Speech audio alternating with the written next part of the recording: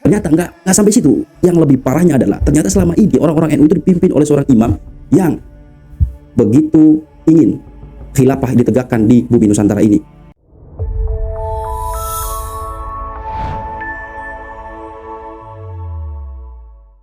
Assalamualaikum warahmatullahi wabarakatuh. Hamdan wa syukronillah ma ba'dah. Selamat bergabung kembali di channel Ponpes Lumbung. Terima kasih buat teman-teman yang masih support dan setia di channel Ponpes Lumbung. Di video kali ini temanya adalah NU benar-benar kecolongan.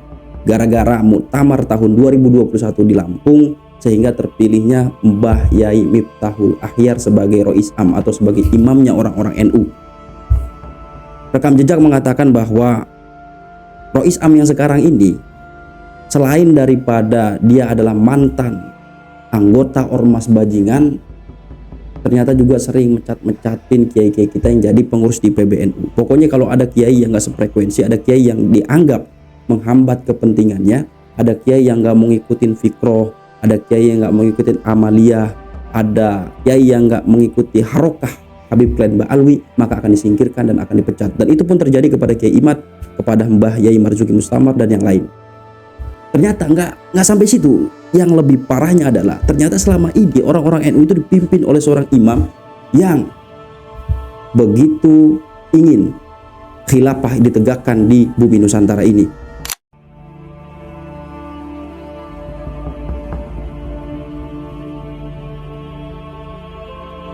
NU kecolongan. Orang yang menduduki posisi Rais Am ternyata masih mendambakan sistem pemerintahan khilafah tegak di bumi Nusantara. Mustasyar harus segera turun tangan, seret Miftahul Akhyar turun dari posisinya sebagai pimpinan tertinggi Jam'iyah Nahdlatul Ulama. Karena khalifah itu harus mujtahid, memimpin dunia dan memimpin akhirat. Artinya kita sekarang sudah menemukan apa belum? Atau justru kita sudah di persimpangan jalan yang jauh? Kok sepertinya kita ini terlalu menyimpang. Ketika ulama-ulama kita menyatakan bahwa negara kesatuan Republik Indonesia berdasarkan Pancasila dan Undang-Undang Dasar 1945 bersendikan Bhinneka Tunggal Ika ini final,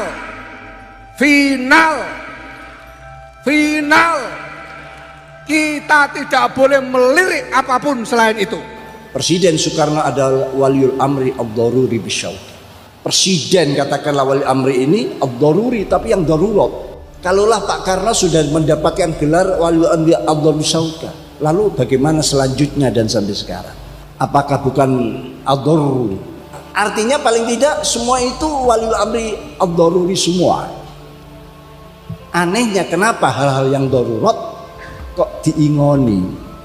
Padahal istilah darurat harus dihilangkan. Ad-darar yuzal.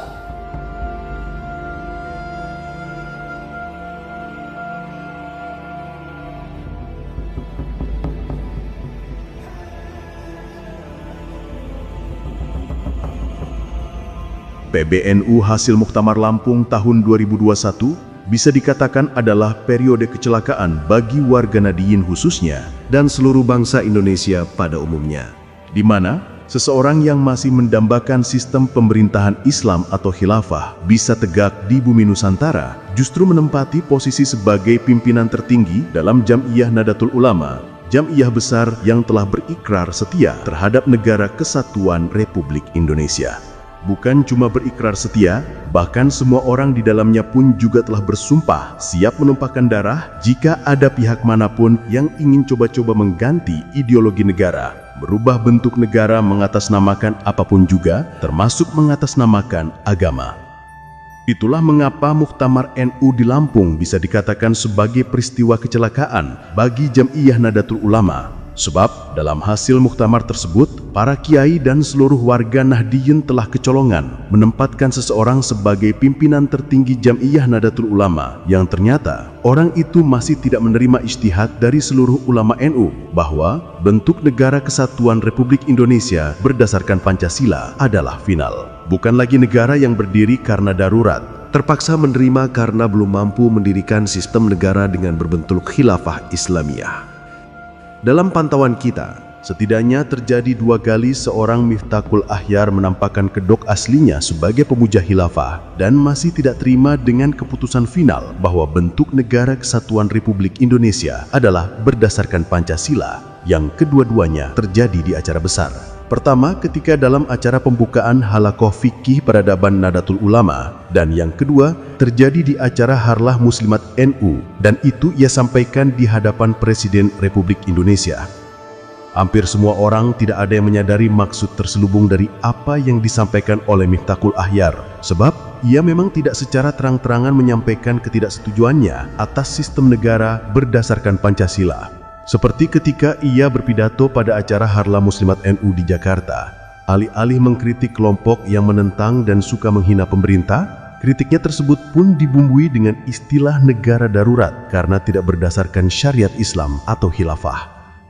Sampai Rasulullah menyatakan, isma'u wa ati'u, dengarkan sungguh-sungguh dan taati apa yang sudah menjadi keputusan-keputusan para pemimpin kalian. Pemimpin bisa pemimpin organisasi, bisa pemimpin negara, karena negara pemimpin ada termasuk ulil amri. Walaupun Indonesia bukan negara yang berdasar Islam, berdasar agama, tapi secara darurat mereka adalah pemimpin kita yang harus kita taati. Oleh karena itu, barang siapa yang memuliakan para pemimpin dalam segala lapisan, maka Allah akan memuliakannya.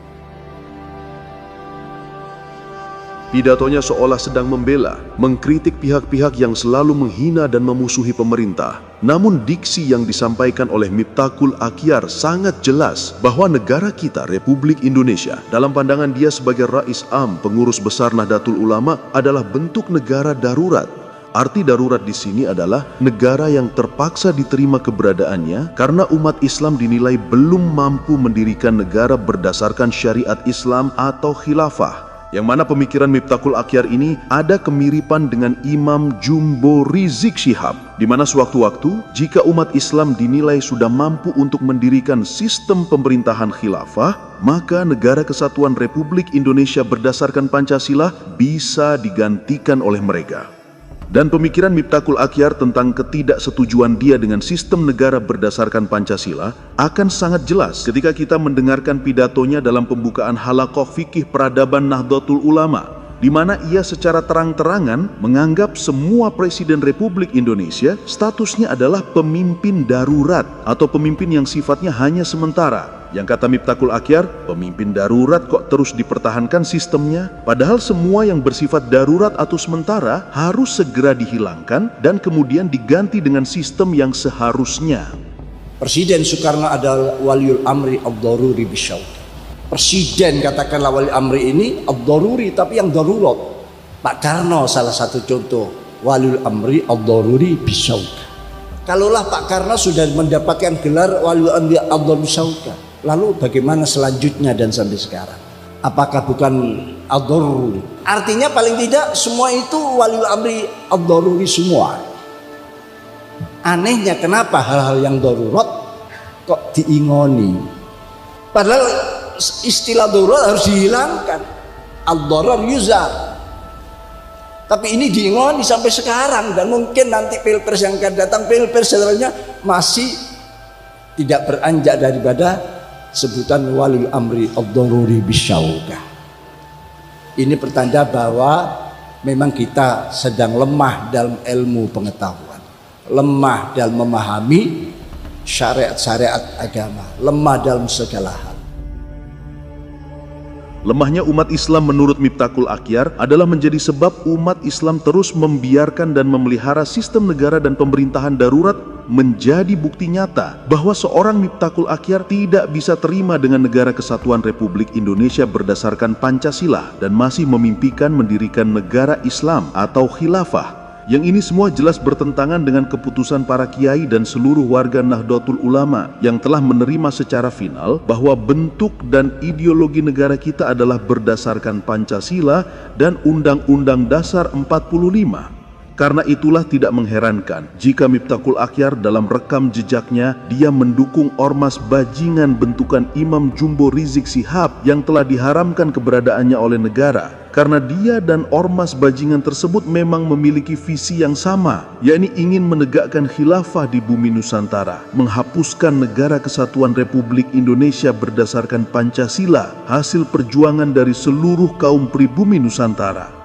Rekam jejak Miftahul Akhyar yang sudah terang benderang tidak bisa menerima Negara Kesatuan Republik Indonesia berdasarkan Pancasila dan masih bermimpi untuk mendirikan negara Islam atau khilafah. Tidakkah menjadi pukulan telak bagi para kiai sepuh yang dahulu memilih Miftahul Akhyar sebagai Rois Am pengurus besar Nahdlatul Ulama yang sekarang sudah mulai terlihat watak aslinya, membuat berbagai kekisruhan yang berakibat terkoyaknya marwah Jam'iyah Nahdlatul Ulama. Posisi Rois Am yang dalam tradisi Nahdlatul Ulama adalah posisi sakral, dihinakan oleh Miftahul Akhyar dengan ditempatkan sebagai jongos Baklawi Yaman. Dihancurkan kesakralannya akibat tingkah konyol dia yang menjadikan posisi Rois Am layaknya pimpinan negara otoriter, memecat siapapun yang dinilai menghalangi kepentingannya, sehingga warga Nahdiyin akar rumput pun tidak segan menghujat Rois Amnya, satu hal yang tidak pernah terjadi sepanjang sejarah berdirinya Nahdlatul Ulama. Sudah saatnya mustasyar dan para kiai sepuh turun tangan mengatasi permasalahan ini semua. Seret Miftahul Akhyar turun dari posisi Rois Am pengurus besar Nahdlatul Ulama sebelum pemuja khilafah tersebut semakin dalam menghancurkan marwah Jam'iyah Nahdlatul Ulama.